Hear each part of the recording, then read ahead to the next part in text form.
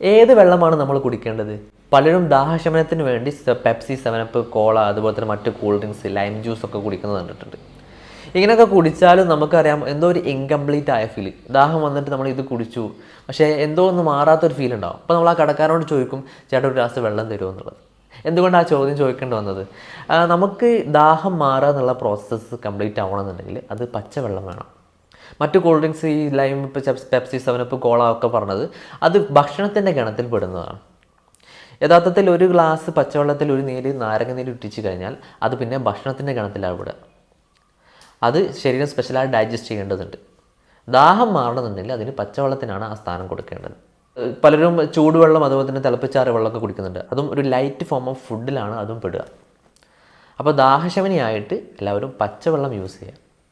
നിങ്ങൾക്ക് എന്തെങ്കിലും ഇതിനുള്ള അഭിപ്രായമോ ക്വസ്റ്റ്യൻസോ അതുപോലെ തന്നെ ഡൗട്ടോ ഉണ്ടെങ്കിൽ കമൻറ്റ് ബോക്സിൽ അറിയിക്കുക. Okay, thank you.